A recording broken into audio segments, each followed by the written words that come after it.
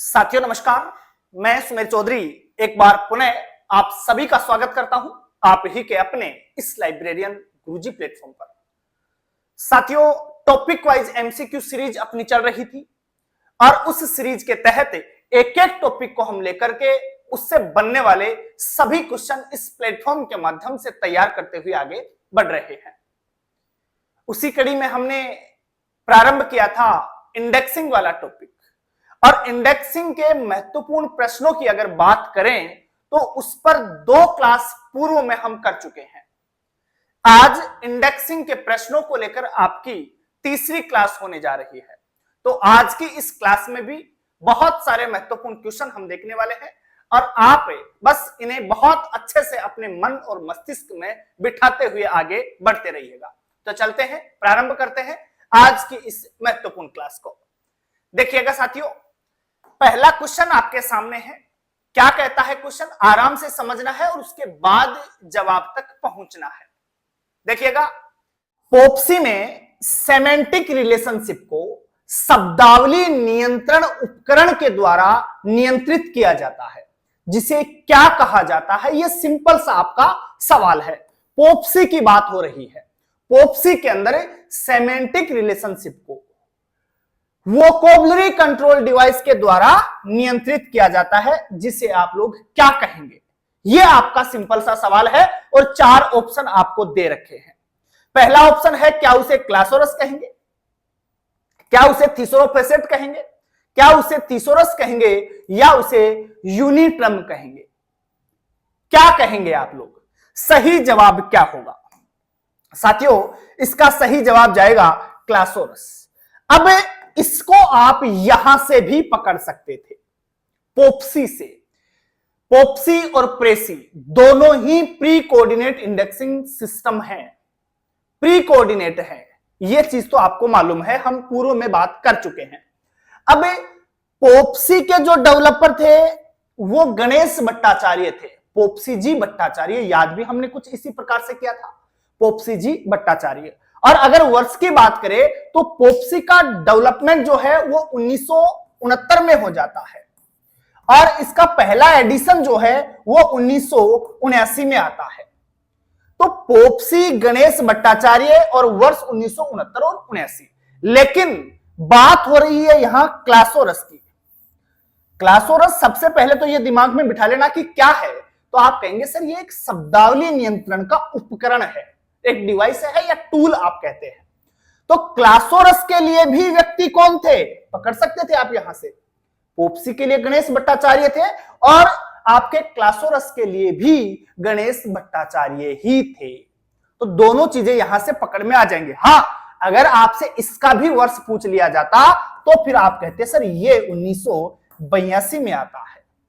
तो ये चीजें आपस में इंटरकनेक्टेड है, आप इन्हें जोड़ लिया करें और याद कर लिया करें। चलिएगा अगले क्वेश्चन के ऊपर चर्चा करते हैं। क्या कहता है आपका अगला क्वेश्चन? क्लासोरस एक हिस्सा है। किसका हिस्सा है? 4 ऑप्शन में से एक आपको पकड़ना है। पीछे वाले क्वेश्चन में अगर आपने अच्छे से पढ़ा है, देखा है, समझा है तो आसानी से इस सवाल के जवाब तक आप पहुंच जाएंगे। देखो, क्लासोरस किसका हिस्सा है? अभी क्लासोरस पीछे वाले क्वेश्चन में देखा था और किसके साथ जोड़ रखा था? पोप्सी के साथ। तो यहां पर भी सही जवाब क्या जाएगा? पोप्सी ही जाएगा। तो पोप्सी वही व्यक्ति है दोनों के लिए, गणेश भट्टाचार्य, और क्लासोरस को डेवलप करने वाले व्यक्ति भी कौन थे? गणेश भट्टाचार्य थे। अभी और भी क्वेश्चन इसके ऊपर आने हैं, बहुत अच्छे अच्छे क्वेश्चन करेंगे। देखिएगा अगला सवाल क्या कहता है, समझिएगा। क्लासोरस एक शब्दावली नियंत्रण उपकरण है।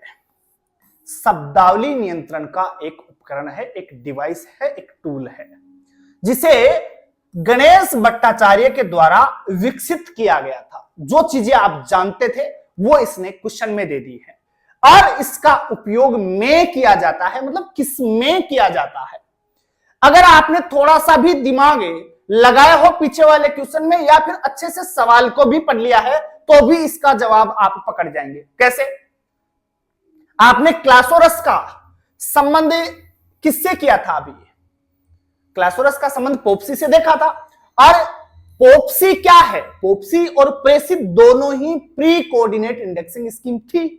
पोप्सी और प्रेसी दोनों ही प्री वाली थी, तो पोप्सी में हमने क्लासोरस का प्रयोग किया था, वही तो पूछ रहा है यहां पर। इसका उपयोग किसमें किया जाता है बताइए भाई? प्री कोऑर्डिनेट इंडेक्सिंग में किया जाता है क्या, पोस्ट कोऑर्डिनेट में किया जाता है क्या, या फिर दोनों में किया जाता है? और चौथा ऑप्शन है इनमें से कोई नहीं। तो सही जवाब आपको ढूंढना है। आसानी से पकड़ सकते थे कि पोप्सी प्री कोऑर्डिनेट है और पोप्सी में इसका प्रयोग होता है, तो यहां पर क्यों ना हम प्री कोऑर्डिनेट आंसर लगा दें। तो सही जवाब एमपीपीएससी परीक्षा 2018 में इसका माना गया था pre coordinate indexing. Pre coordinate indexing में इसका यूज होता है।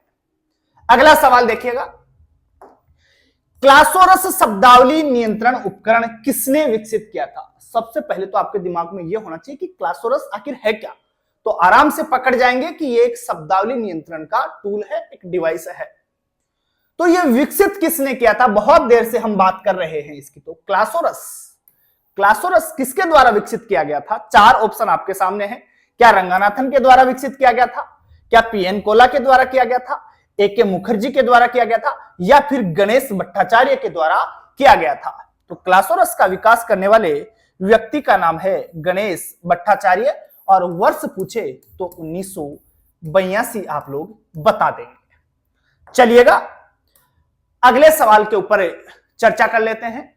देखिएगा बहुत अच्छा क्वेश्चन है। लिफीज, जिसे हम कहेंगे लिंक्ड फ्रेज इंडेक्सिंग सिस्टम, पूरा नाम भी बहुत बार पूछ लिया जाता है, किसके द्वारा विकसित किया गया था? तो लिफीज का विकास किसके द्वारा किया था? वह व्यक्ति कौन थे जिसने लिफीज इंडेक्सिंग सिस्टम को डेवलप किया था?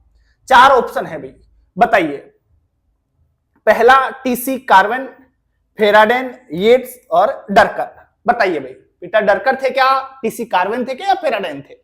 सही जवाब क्या होगा? लिफीज के लिए। याद करिए, लिफीज और नेफीज दो इंडेक्सिंग सिस्टम मैंने आपको सूची में एक साथ लिखवाए थे और दोनों का वर्ष भी लिखवाया था। एक का 1977 लिखवाया था और एक का 1978 लिखवाया था। तो यह है लिफीज, और लिफीज का जो वर्ष है वो है 1978, और बात करता अगर नेफीज की तो फिर बताते 1977। दोनों के वर्ष बार बार पूछे जाते हैं, और दोनों के ही डेवलपर जो हैं वो हैं भैया, कहां गए वो, टीसी कार्वेन, ये रहे। दोनों के ही डेवलपर कौन है? टीसी कार्वेन। तो लिफीज के डेवलपर का नाम पूछ ले, भले ही नेफीज के डेवलपर का नाम पूछ ले, हम बताएंगे टीसी कार्वेन का नाम।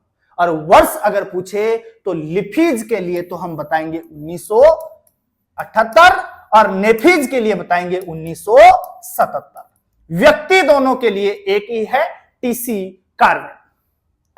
चलिएगा अगले सवाल को देखते हैं और समझते हैं क्या कहता है आपका अगला सवाल। लिफीज, जिसे हम कहते हैं लिंक्ड फ्रेज इंडेक्सिंग सिस्टम, पूरा नाम पूछ लिया जाता है, किसके द्वारा विकसित किया गया था? यूजीसी नेट जून 2014 के पेपर में आपसे पूछा गया वही सवाल, और वही इसका जवाब होगा, टीसी कार्वेन। चलिएगा अगला सवाल फिर से देखते हैं क्या कहता है। कीवर्ड इंडेक्सिंग, बहुत गजब का सवाल है। कीवर्ड इंडेक्सिंग की अवधारणा सबसे पहले किसके द्वारा दी गई थी? ध्यान रखना, कीवर्ड इंडेक्सिंग के कॉन्सेप्ट की बात कर रहा है कि कीवर्ड इंडेक्सिंग का कॉन्सेप्ट सबसे पहले देने वाले व्यक्ति का नाम क्या था? देखिएगा, कीवर्ड इंडेक्सिंग, इसकी अवधारणा देने वाले व्यक्ति का नाम आप बताएंगे एंड्रिया क्रेस्टाडोरो। एंड्रिया क्रेस्टाडोरो वह व्यक्ति थे जिसने कीवर्ड इंडेक्सिंग का कॉन्सेप्ट सबसे पहले दिया था।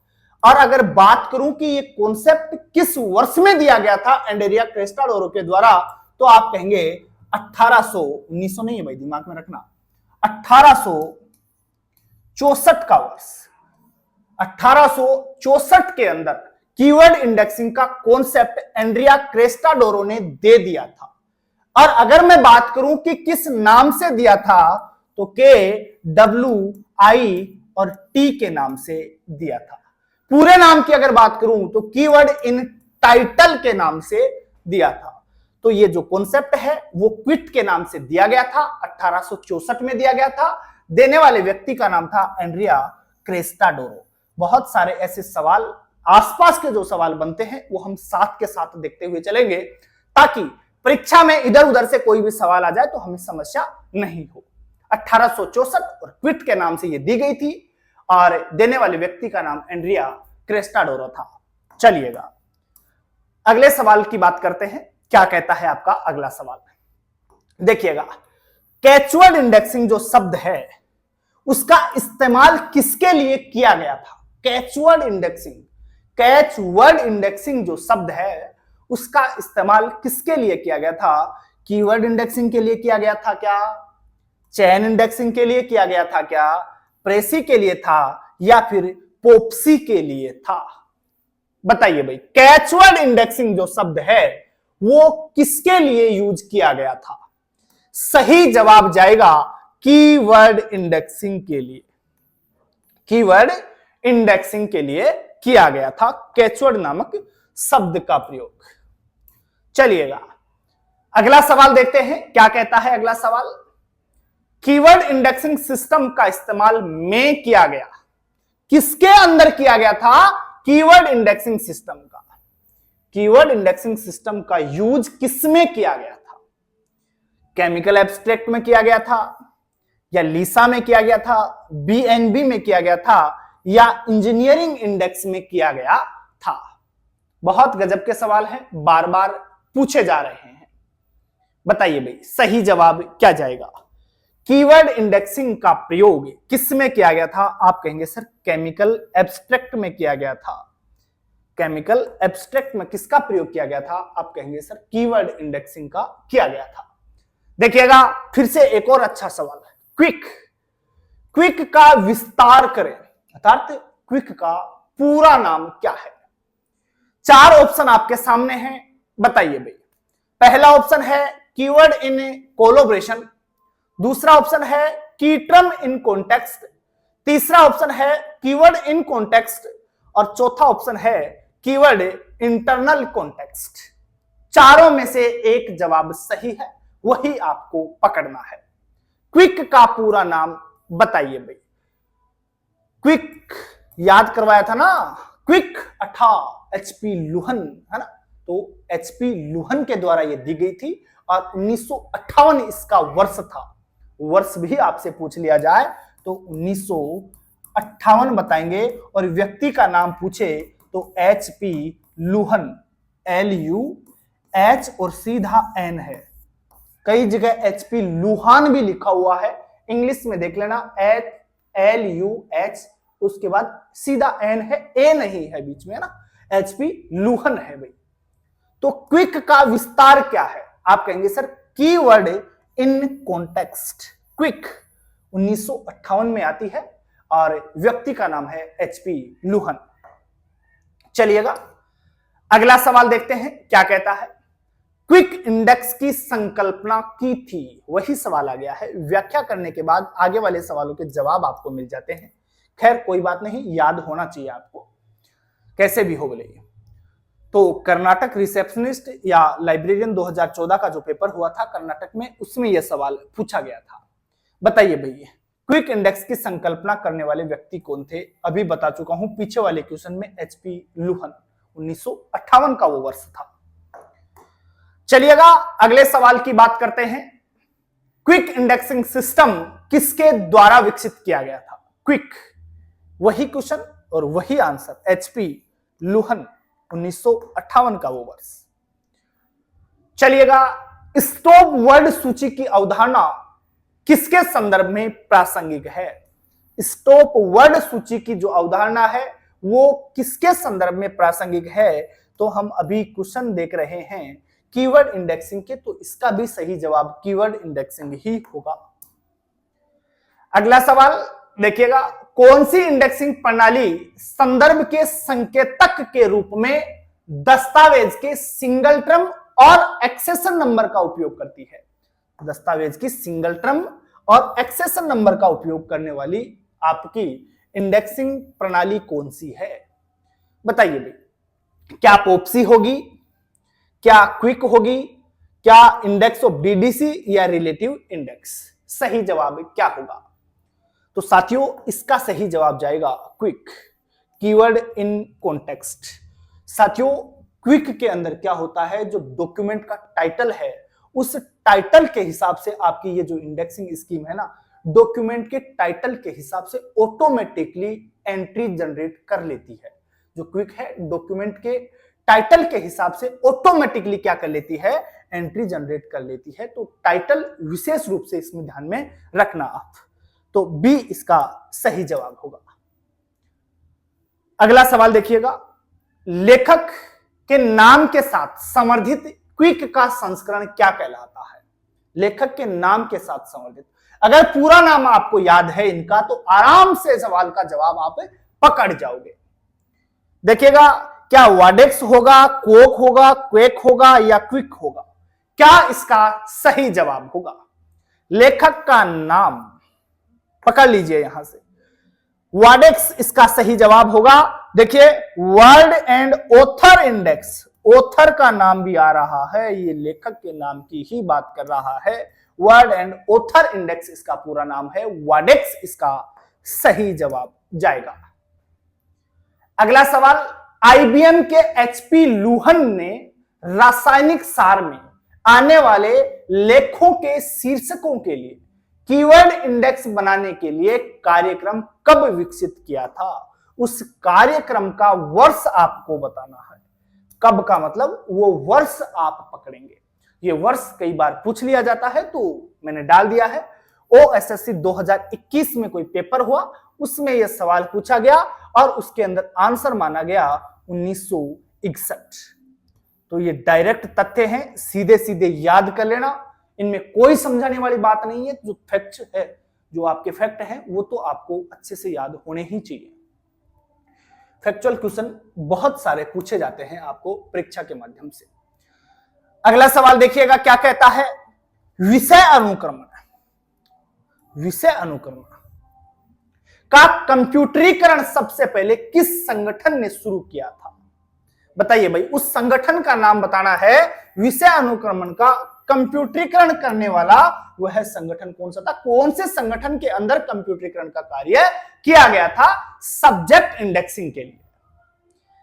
पहला ऑर्गेनाइजेशन कौन सा है, या कौन सा ऑर्गेनाइजेशन है जिसमें सब्जेक्ट इंडेक्सिंग के लिए कंप्यूटरीकरण किया गया था?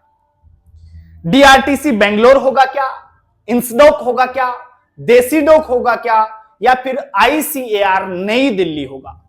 चारों में से एक सही जवाब है। या तो डीआरटीसी बेंगलोर में है, वो सही जवाब होगा, या इंसडोक जिसे आजकल आप निस्केर या फिर निस्पर के रूप में भी जानते हैं, जो नई दिल्ली में अवस्थित है, वो सही होगा क्या? देसीडोक होगा क्या, जो नई दिल्ली में है, और आईसीएआर वो भी नई दिल्ली में है, क्या ये सही हो सकता है? कौन सा ऑर्गेनाइजेशन है जिसने विषय अनुक्रमण का कंप्यूटरीकरण सबसे पहले किया हो? तो सही जवाब होगा डीआरटीसी, और डीआरटीसी कहां है? बेंगलोर में है। डीआरटीसी बेंगलोर, और वर्ष भी अगर पूछे तो आप 1962 बता देना डीआरटीसी का। चलो जी, अगले सवाल की बात करते हैं। कीवर्ड इन टाइटल, क्विट है ना, अभी देखा था हमने। कीवर्ड इन टाइटल KWI और आपका टी, और क्विट के लिए आपने वर्ष याद किया था 1864 का, 1864 का।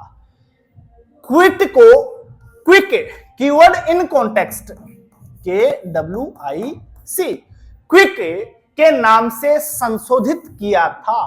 मतलब पहले क्विट था और फिर बाद में क्विक हुआ। तो ये जो क्विक नाम देने वाले व्यक्ति थे वो कौन थे? हालांकि वर्ष आपको पता है, इसका भी क्या होगा 1958 होगा, और व्यक्ति का नाम आपको पता ही है, हम बात कर ही चुके हैं, एचपी लूहन, हंस पीटर लूहन। सी इसका सही जवाब जाएगा। टीएनपीएससी 2019 में यह सवाल पूछा गया था। देखिएगा, जो क्विक है, कीवर्ड इन कॉन्टेक्स्ट जिसे आप कहते हैं, क्विक इंडेक्सिंग तकनीक पर आधारित है। बताइए भाई, क्विक जो है वो किसके ऊपर आधारित है? कीवर्ड के ऊपर आधारित है, अर्थात टाइटल के ऊपर आधारित है। जो डॉक्यूमेंट का टाइटल है उस टाइटल के हिसाब से ऑटोमेटिकली इसमें एंट्री जनरेट हो जाती है। तो क्विक का नाम आते ही दिमाग में टाइटल आना ही चाहिए। टीएनपीएससी 2019 में आपका यह सवाल पूछ लिया गया है। अगला सवाल देखिएगा, क्विक इसका एक उदाहरण है। किसका उदाहरण है क्विक? बताइए भाई। कंट्रोल इंडेक्सिंग लैंग्वेज का उदाहरण है। इंडेक्सिंग लैंग्वेज पढ़ा चुका हूं मैं आपको क्लास के माध्यम से। नेचुरल इंडेक्सिंग लैंग्वेज का उदाहरण है, या रेस्ट्रिक्टेड इंडेक्सिंग लैंग्वेज का उदाहरण है, या लास्ट ऑप्शन आपका फ्री इंडेक्सिंग लैंग्वेज का उदाहरण है। क्विक किसका उदाहरण है? राजस्थान लाइब्रेरियन सेकंड ग्रेड में 2016 वाले पेपर में ये क्वेश्चन पूछा जा चुका है और वहां पर इसका आंसर माना गया था फ्री इंडेक्सिंग लैंग्वेज। तो अब दिमाग में बिठा लेना कि क्विक जो है फ्री इंडेक्सिंग लैंग्वेज का उदाहरण है, उसी का एग्जाम्पल है। चलिएगा देखिएगा अगला सवाल क्या कहता है। क्विक इंडेक्सिंग सिस्टम में कीवर्ड दिखाई देते हैं। कीवर्ड इन कॉन्टेक्स्ट इसका नाम है पूरा। इसके अंदर जो कीवर्ड है वो कहां पर दिखाई देते हैं, ये आपका सरल सा सवाल है। बताइए वही। पहला ऑप्शन है at the beginning of each entry.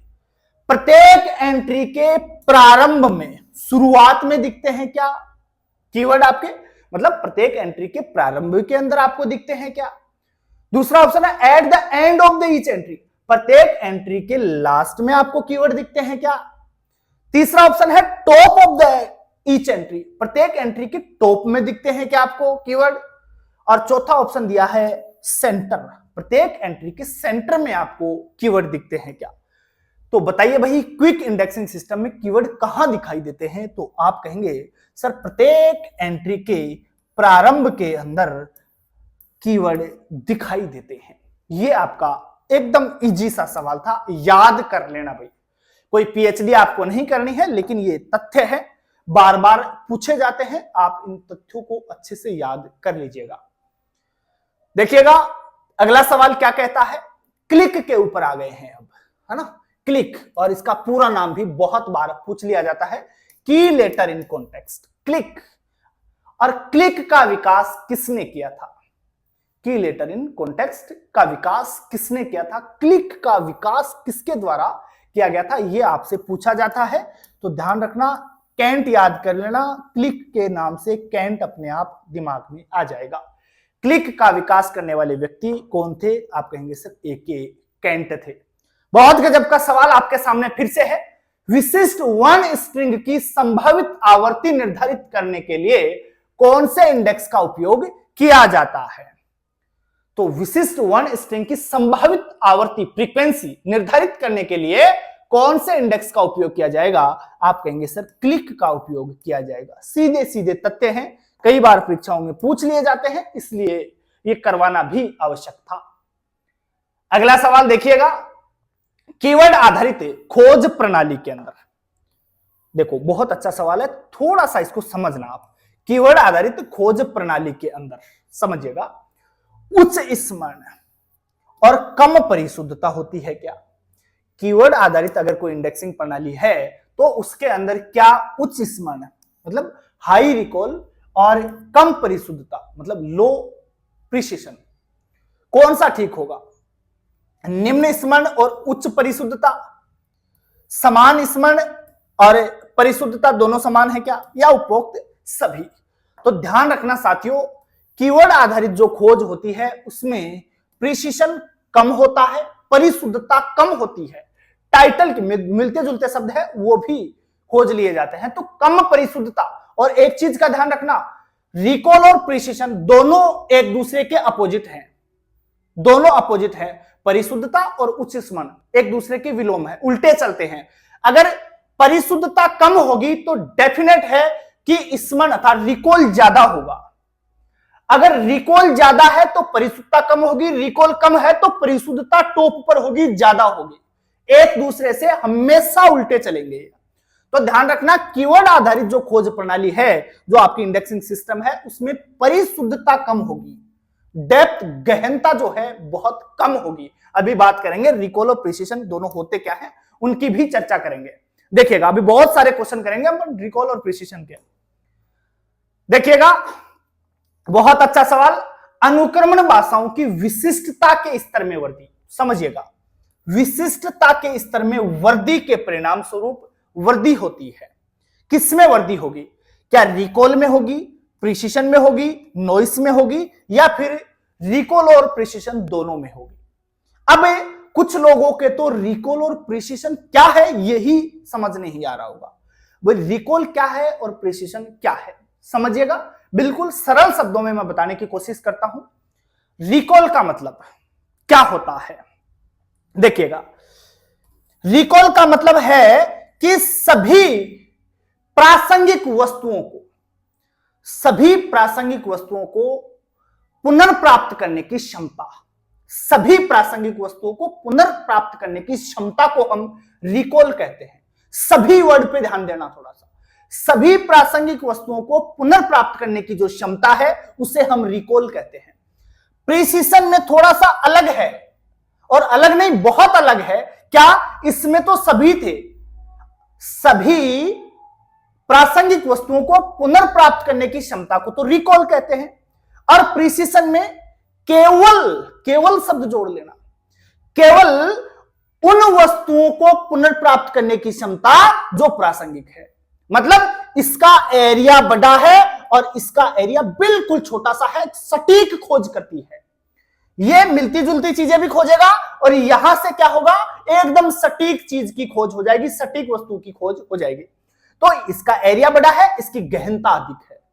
ये ज्यादा परिशुद्ध आपको क्या देगा, रिजल्ट देगा, आउटपुट एकदम शुद्ध देगा, जो चाहिए वही निकाल के देगा, और ये मिलती जुलती आसपास की चीजें भी दे देगा। तो शुद्धता किसमें मिलेगी? प्रिसिशन में मिलेगी। केवल ये उनको ही खोजेगा, तो ये प्रिसिशन है। अब सुनो, विशिष्टता के स्तर में वृद्धि, मतलब विशिष्टता के स्तर में वृद्धि हो रही है, तो विशिष्टता के स्तर में वृद्धि तो कब होगी? जब प्रिसिशन में वृद्धि होगी। किसमें वृद्धि होगी? प्रिसिशन में वृद्धि होगी। तो प्रिसिशन में वृद्धि होगी तो रिकॉल में अपने आप कमी हो जाएगी। मैं बार बार कहता हूं, प्रिसिशन और रिकॉल एक दूसरे के अपोजिट चलेंगे सदैव ही। तो विशिष्टता के स्तर में अगर वृद्धि है तो भैया आपसे वृद्धि ही पूछ रहा है। अगर विशिष्टता के स्तर में वृद्धि है तो आप सीधा समझ लेना प्रिसिशन में भी क्या है, वृद्धि है। प्रिसिशन में अगर वृद्धि है तो विशिष्टता के स्तर में भी वृद्धि ही होगी। अब सुनो, इस सवाल का जवाब चेंज होता अगर मैं यहां वृद्धि के स्थान पे कमी कर देता, फिर सीधा जवाब चेंज हो जाता। कैसे? अनुक्रमण भाषाओं की विशिष्टता के स्तर में वृद्धि के परिणाम स्वरूप कमी होती है। तो कमी किसमें होगी? भाई एक बात बताओ, प्रिसिशन में वृद्धि हो रही थी तो कमी किसमें होगी? रिकॉल में होगी। तो फिर रिकॉल में क्या हो जाती? कमी हो जाती। अगर मैं कह देता विशिष्टता के स्तर में कमी के परिणाम स्वरूप, तो विशिष्टता के स्तर में कमी है, इसका मतलब किसमें कमी या किसमें वृद्धि होगी? तो ये छोटी छोटी चीजें हैं, इनको आप पकड़ जाना। यहां से पकड़ लो आप सीधा सीधा। प्रिसिशन में क्या हो रही है? अगर वृद्धि होगी तो विशिष्टता के स्तर में भी वृद्धि होगी ही होगी। अभी बहुत सारे सवाल मैं और करवाऊंगा इससे, देखिएगा आगे। प्रिसिशन इसका जवाब होगा। आ गया सवाल फिर से तुम्हारे सामने, देखो। अनुक्रमण भाषाओं की संपूर्णता के स्तर में वृद्धि, देखो विशिष्टता में वृद्धि होगी, इसका मतलब प्रिसिशन में वृद्धि होगी। संपूर्णता में वृद्धि है, इसका मतलब रिकॉल में वृद्धि है। संपूर्णता, एरिया बड़ा है इसका, तो रिकॉल का एरिया भी तो बड़ा था। ऐसे दिमाग में बिठा लेना, दिमाग में बिठाने के लिए बता रहा हूं, सिर्फ वो चीज पकड़ लेना यहां से। संपूर्णता और विशिष्टता, विशिष्टता में वृद्धि इसका मतलब प्रिसिशन में वृद्धि, संपूर्णता में वृद्धि इसका मतलब रिकॉल में वृद्धि। और रिकॉल में वृद्धि है तो अब डेफिनेट है कि प्रिसिशन में क्या होगी? कमी होगी। दोनों एक दूसरे के उल्टे हैं। तो संपूर्णता के स्तर में वृद्धि हो रही है तो वृद्धि किसमें होगी? रिकॉल में वृद्धि होगी। और कमी किसमें होगी? फिर कहेंगे सर प्रिसिशन में, तो क्या होगी? कमी होगी। तो ए सही जवाब जाएगा यहां पर। संपूर्णता में वृद्धि है, इसका मतलब रिकॉल में वृद्धि है। विशिष्टता में वृद्धि है, इसका मतलब प्रिसिशन में वृद्धि है। बस चलो जी, अगला सवाल देखिएगा। देखो समझने वाली बात है, यहां पर भी बहुत गजब का थोड़ा सा घुमाया है सवाल को। किसी सिस्टम की गैर प्रासंगिक गैर प्रासंगिक दस्तावेजों को पुनः प्राप्त न करने, न शब्द है, नहीं शब्द है यहां ना, किसी सिस्टम की गैर प्रासंगिक दस्तावेजों को पुनः प्राप्त न करने की क्षमता को क्या कहेंगे? देखो, गैर प्रासंगिक दस्तावेजों को पुनः प्राप्त, गैर नहीं चाहिए, ये तो सटीक खोज करता है, विशिष्ट खोज करता है, शुद्धता की बात करता है, और शुद्धता का मतलब क्या है? प्रिसीशन है। इन्हें गैर प्रासंगिक की जरूरत ही नहीं है, ये तो जो सटीक है उसी की खोज करेगा। तो यहां पर भी क्या जाएगा? प्रिसीशन जाएगा। सवाल को थोड़ा सा घुमा रखा है, तो बी यहां सही जवाब होगा। चलिएगा अगले सवाल की बात करते हैं। देखिएगा, सूचना पुनर्प्राप्ति पर अनुक्रमण की विशिष्टता के स्तर में कमी। देखो, मैंने कहा था ना कि विशिष्टता के स्तर में कमी, इसका मतलब प्रिसीशन में भी कमी। विशिष्टता के स्तर में वृद्धि, इसका मतलब प्रिसीशन में भी वृद्धि। विशिष्टता और प्रिसीशन दोनों साथ साथ चलेंगे, संपूर्णता और रिकॉल दोनों साथ साथ चलेंगे। तो विशिष्टता के स्तर में कमी हो रही है तो प्रिसीशन में भी कमी होगी, और प्रिसीशन में कमी होगी तो रिकॉल में क्या होगी? वृद्धि होगी। दोनों उल्टे हैं।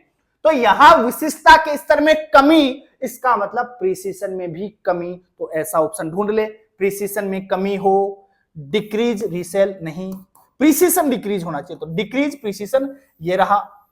विशिष्टता के स्तर में कमी तो प्रिसीशन भी डिक्रीज हो रहा है, इसमें भी कमी। अब इसमें कमी है तो दूसरा वाले में वृद्धि होनी चाहिए, इंक्रीज होना चाहिए। तो यहां आ जाओ, इंक्रीज हो रही है यहां रिकॉल, तो बी यहां सही जवाब जाएगा। पकड़ लेना है, विशिष्टता के स्तर में कमी है, इसका मतलब प्रिसीशन में भी कमी है, और प्रिसीशन में कमी है तो रिकॉल में अपने आप क्या हो जाएगी? वृद्धि हो जाएगी, क्योंकि वो उल्टा है। तो यहां रिकॉल में वृद्धि भी है और प्रिसीशन में कमी भी है, तो सही जवाब क्या चला जाएगा? बी चला जाएगा। पकड़ लेना, छोटी छोटी चीजें हैं, परीक्षा में ऐसे ही पकड़ना होगा, नहीं तो दिक्कत हो जाएगी। देखिएगा, स्मरण अर्थात रिकॉल और परिशुद्धता अर्थात प्रिसीशन दोनों आ गए फिर से। तो स्मरण और परिशुद्धता से संबंधित कई उपकरणों का अध्ययन करने वाले व्यक्ति का नाम क्या था? बताइए भाई, क्या नाम था उस व्यक्ति का? तो स्मरण और परिशुद्धता से संबंधित कई उपकरणों का अध्ययन किया गया, ऐसा वह व्यक्ति कौन था? तो वह व्यक्ति लेंस्टर था। FW लेंस्टर उसके लिए प्रसिद्ध है। सी इसका सही जवाब होगा। दिमाग में रखना है प्रिसीशन और रिकॉल। प्रिसीशन ध्यान रखना, परिशुद्धता, रिकॉल, स्मरण।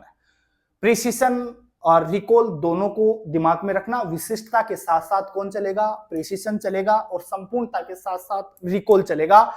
परिशुद्धता अर्थात अगर परिशुद्धता है अर्थात प्रिसीशन है तो विशिष्टता है, और आपका संपूर्णता है तो फिर आपका क्या आ जाएगा? रिकॉल आ जाएगा। दोनों चीजें साथ साथ हैं। अगर परिशुद्धता मतलब प्रिसीशन में वृद्धि है तो विशिष्टता में वृद्धि होगी, और संपूर्णता में अगर वृद्धि है तो रिकॉल में भी वृद्धि होगी। दोनों साथ साथ चलेंगे, और ये दोनों एक दूसरे के अपोजिट रहेंगे। रिकॉल और प्रिसीशन दोनों से हमेशा अपोजिट रहेंगे। एक में वृद्धि है तो दूसरे में कमी होगी, दूसरे में कमी है तो एक में वृद्धि होगी। ऐसे ही अभी तो बहुत सारे सवाल हम करेंगे अगली क्लास के अंदर। आपको क्लास उम्मीद करता हूं बहुत अच्छी लगी होगी, चीजें भी आप साथ साथ याद कर रहे होंगे, और एग्जाम में झंडे आप जरूर से गाड़ेंगे, ऐसी मैं आप लोगों से अपेक्षा रखता हूं। बहुत बहुत आप लोगों का धन्यवाद। जय हिंद, जय भारत।